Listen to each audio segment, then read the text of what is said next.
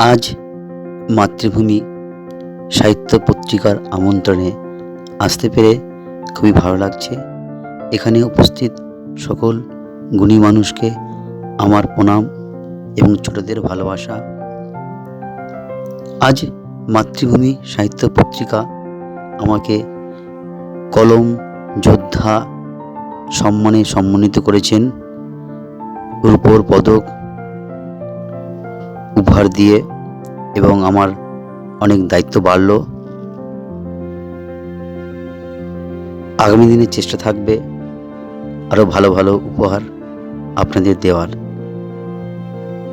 এবং সংগঠনের সকলকে আমার তরফ থেকে অভিনন্দন, শুভেচ্ছা জানিয়ে একটি কবিতা পাঠ করছি। কবিতার নাম হাল ছেড়ো না বন্ধু, লেখা ও পাঠে গোপাল দাস।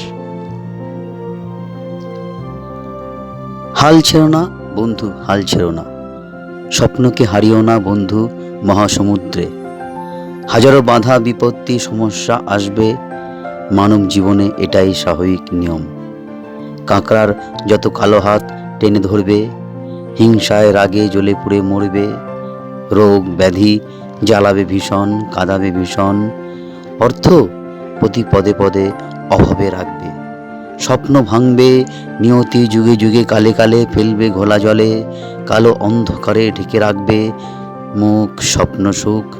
তবু বন্ধু হাল ছেড়ো না, হাল ছেড়ো না। অদম্য ইচ্ছে শক্তি রাখবে জীবনে, জীবন সংগ্রামে। এবং দ্বিতীয় নিবেদন ভোরের হাওয়া, লেখা পাঠে গোপাল দাস। অসহ্য গরম অস্ত স্মৃতি, রাগে ঘুম নেই, শরীর মন ক্লান্ত, বিষণ্ণ অবসাদ। অলসতা, নতুন কিছু করার আগ্রহ কম। পাখার তলায় শুয়ে থাকতে মন চাইছে না ভীষণ। হঠাৎ শীতল দমকা হাওয়ায় জানালা কেঁপে উঠল। জানালায় মুখ বাড়াতেই দূর, বহু দূর থেকে শীতল বাতাস ধেয়ে আসছে হৃদয় মনে।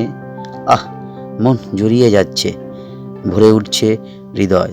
শান্ত জীবন, সকল ক্লান্তি অবসাদ এক নিমেষে শীতল বাতাস উড়িয়ে নিয়ে গেল দূর অজানায় অচিনপুরে। নতুন করে উৎসাহ, উদ্দীপনা, অনন্ত আগ্রহ ফিরে পেয়ে সোনালির ভোরের আলো গায়ে মেখে নতুন দিনের যাত্রা শুরু। নমস্কার।